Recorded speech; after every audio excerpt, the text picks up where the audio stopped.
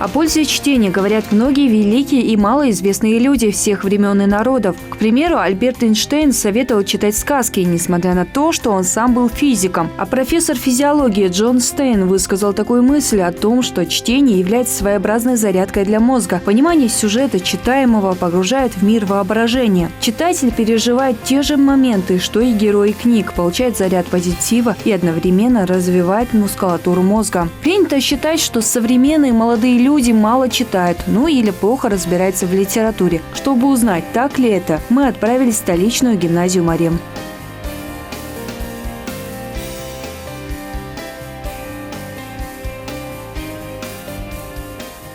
Ученица 10 класса Алия Богатырева очень любит читать. В списке прочитанных у нее много современных бестселлеров и произведений мировой классической литературы. Но интереснее всего ей книги ингушских авторов. Особенно сильно девушку впечатлил роман Саида Чахкиева «Золотые столбы». В самом начале автор рассказывает о таком моменте, когда Асхаб, на мой взгляд, который является главным героем, рассказывает своим внукам сказку. В этой сказке он говорит о том, что именно знаменем будущего их, светлого будущего, являются золотые столбы. И в дальнейшем его старший внук Муса, он очень размышляет об этом. То есть маленький ребенок, он не может понять, где же эти золотые столбы. Он видит на улице обычные столбы и спрашивает у своего дедушки снова с любопытством: а где те, о которых ты говорил?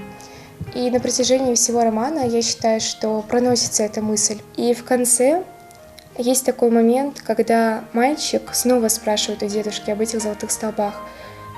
Но это уже то время, когда приближено их возвращение. То есть скоро начнется тоже трудное время, но наш народ все выдержит.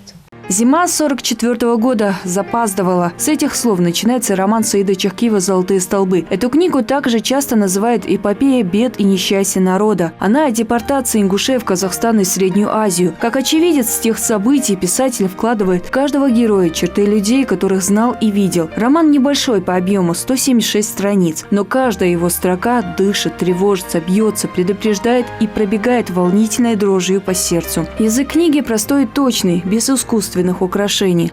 Большое впечатление роман «Золотые столбы» произвел и на одноклассника Алии, Салима Султыгова. Особенно сильно ему запомнился образ одной из главных героинь романа – многодетной матери Раздан. Раздан была очень доброй душой, любила свою семью, ухаживала за своими детьми. Кроме этого, у нее не было больше иных дел. Она пыталась их беречь. И в один из дней дети остались без еды, без пищи.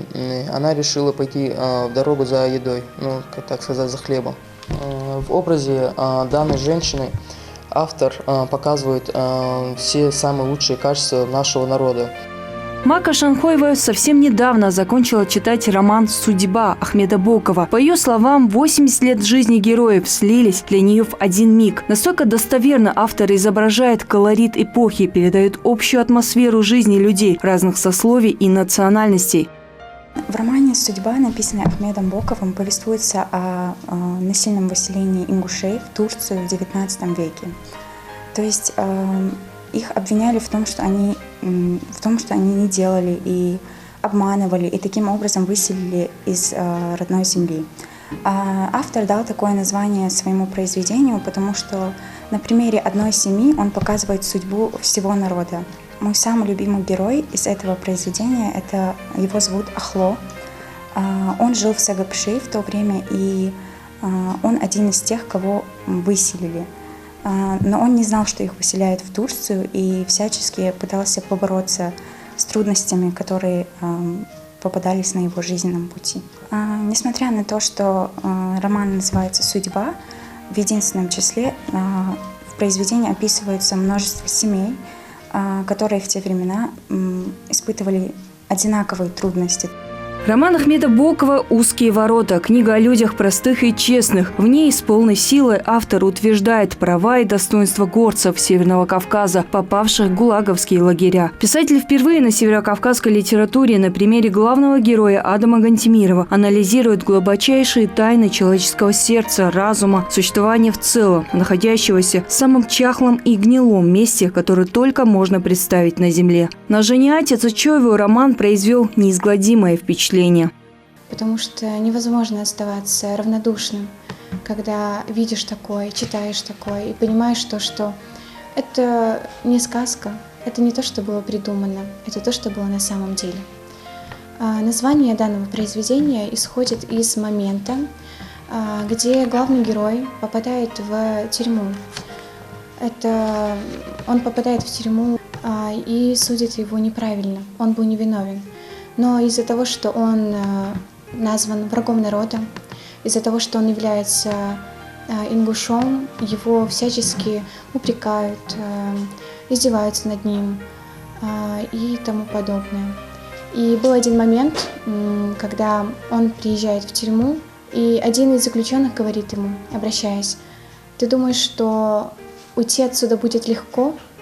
Ворота сюда широкие, отсюда очень узкие, уйти не получится».